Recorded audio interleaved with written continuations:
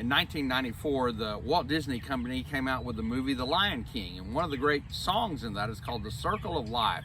It was written by a man named Tim Rice, and the composer for the music was Elton John. It was nominated for an Academy Award and a Grammy.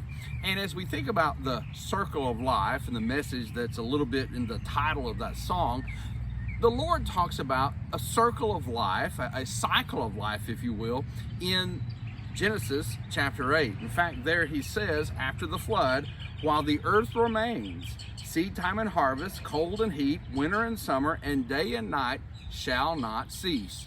Well, there should be a great comfort there as we think about the consistency of God regarding the events that happen in the cycle of life that all man goes through. However, when we go to Ecclesiastes chapter 1, we see that Solomon writes a little bit about this cycle of life, and he has a very different perspective on it. In fact, in Ecclesiastes chapter 1, he starts writing at verse 4, one generation passes away and another generation comes, but the earth abides forever. The sun also rises and the sun goes down and hastens to the place where it arose. The wind goes toward the south and turns around to the north, and the wind whirls about continually and comes again on its circuit. All the rivers run into the sea, yet the sea is not full. To the place from which the rivers came, they will return again. Solomon writes this more from the perspective of vanity and meaningless. In other words, all this cycle of life is monotony.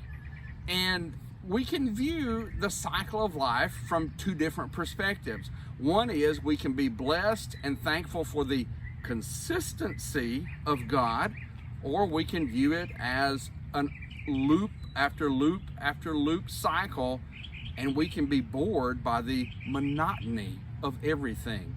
Obviously, the message that God wants us to take away from His Word and from this cycle of life is the blessing of His consistency. Solomon's vision was clouded greatly by the fact that he was too involved in the life under the sun.